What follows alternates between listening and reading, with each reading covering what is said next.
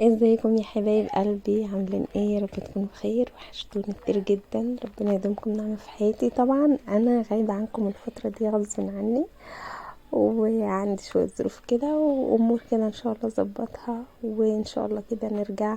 وبجد بجد شكرا شكرا بجد على دعمكم ليا وتفاعلكم معايا على القناة. ربنا يدومكم نعمة في حياتي، ما تحرمش منكم ابدا ابدا ولا من كومنتاتكم الحلوه. عندي شويه طاقه كده وحيويه ونشاط، وقلت اصحى الصبح كده بدري علشان طبعا هننزل نجيب شويه حاجات النهارده والكلام ده كله، وهعمل غدا.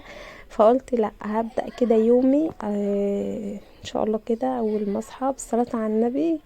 عندنا حفله كده النهارده عندنا حفله نظافه.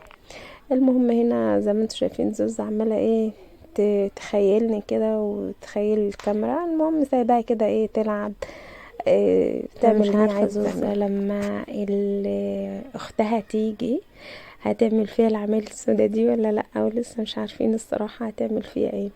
المهم اللهم صل على النبي. هنا كان عندي شويه غسيل، قلت احطهم في كلور وكده علشان الصراحة محتاجين كده عمرة حلوة. يعني بحب كده احط الهدوم الابيض، احط لها كلور او كلوريكس الوان او اي حاجة، واحط لها اريال واسيبها حوالي يوم او اتنين متلينة كده، وارجع بقى بسم الله الرحمن الرحيم احطها في الغسالة. هنا كنت بظبط كده الطرحة بتاعتي القمر دي. كل اللي سألني على الطرحة الحلوة دي بتقولولي ايه الطرحة دي جميلة يا رزة، جايباها منين؟ إيه، هو مش طقم ولا حاجة، هي طرحة عادية وانا لفة النقاب فوق منها وكده. بجد بشكركم جميعا على يعني كلامكم الحلو في حقي، وربنا يخليكم ليا يا رب. هنا دي بطانية كده هاخد بتاعة النونة الصغيرة، مش كبيرة يعني، هي صغيرة. انا كنت جايباها لزوزة الصراحة، وقلت اغسلها ممكن احتاجها يعني الفترة اللي جاية وكده، الدنيا هتبقى ساقعة فممكن احتاجها عشان خاطر النونة هفرشها تحت منها يعني في الفترة الجاية. فالطراوة هتبدأ تنزل يعني وكده، الجو هيطر شوية، فقلت احطها تحت منها يعني على طول ان شاء الله بإذن الله لما تيجي بالسلامة. بحاول ان انا اظبط كل حاجة وانظم يومي علشان اول ما تيجي النونة وكده ان شاء الله بإذن الله. مش عارفة هيبقى ايه نظامي في الشغل، او هيبقى ايه نظامي في البيت، او ايه نظامي في التصوير وكده. فمش عارفة الصراحة لسه، ان شاء الله بإذن الله كل حاجة تتظبط، وكل حاجة كده ربنا يكتبها لنا على خير. اللهم صل على سيدنا محمد. المهم يا بنات زي ما انتوا شايفين كده خلصت، وبدأت ان انا الطشت الحلو ده. الطشت قال لي ايه؟ الطشت قال لي يا حلوة يا اللي قومي في اغنية كده على فكرة. بس فقلت هبدأ كده اللهم صل على النبي. المهم بقى فبصراحة يعني حلو قوي وريحني. واللي سألنا على سعره كام، انا كنت جايباه يا بنات ب550 جنيه، لان في كذا حد قال لي بكام ده يا زوزة. الستانلس ده على فكرة هو كبير قوي قوي فوق من تخيله، ممكن يشيل لحاف كبير كمان، و... وبيشيل بطاطين يعني، بيشيل البطانية الكبيرة بتاعتي.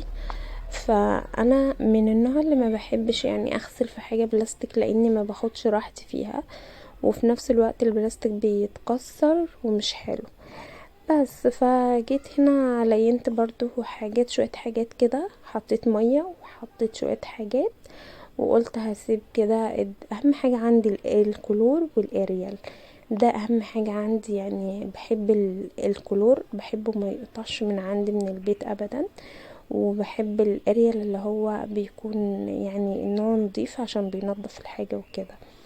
هنا روقت كده سريعا سريعا كده عشان هنزل هروح اجيب شوية حاجات النهاردة.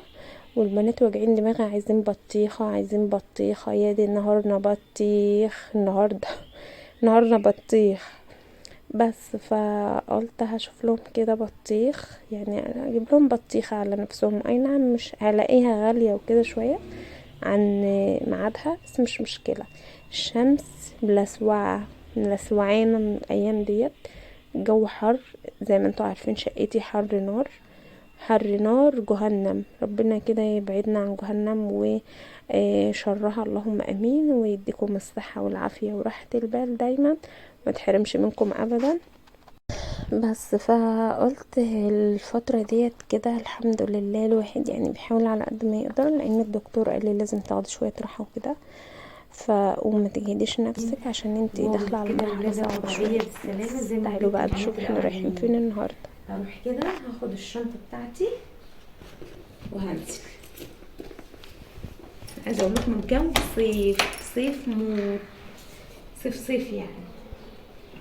طب التليفون بس انا لسه هنزل دلوقتي. يلا هاتي الكيس، استنى بس هلبس كده الشنطه. هاتي. ياني مستعجله وحش يا جماعه. خدي يا بنتي قفلي ام الشنطه دي عشان مصور بايد واحده. هاتي يلا. الحاجات دي هوديها للراجل هيعملها. ماشي. دلوقتي اشوف زي ما قلت لكم هجيب ايه، وان شاء الله كده الاقي كده حاجه حلوه واسعار مناسبه. انت ما صدقتي مش هدوقك منها، عارفه ليه؟ بصي هديك الحته دي بس، خدي فضل ورضا عليك. لا مش عماله تقولي لي قرع. شايفين طلعت حمرا وقمر ومرمله كمان. يلا قومي نشيلها في الفريزر، يلا تسقع كده ونقطعها شرايح ونمزز بقى بعد ما ناكل الباميه باللحمه. يلا قومي، احنا مش هننام على كده. قومي بس. عرفتي؟ لا مش عماله تقولي لي حمرا قرعه وطلعت حمرا، مش هاكلك منها. انا اللي منقيها. بصوا عسل نحل، نجمه بعيون مرمله وايه، عسل نحل، تستاهل 100 جنيه.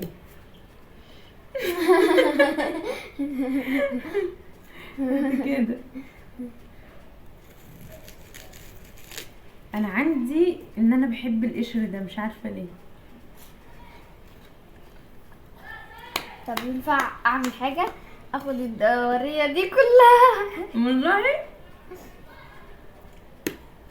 استني اخد حته. تقربيش عليها طالما انت قعدت تزل فيها وتقولي لي ده هتطلع قرعه. مش انا بس، امال مين؟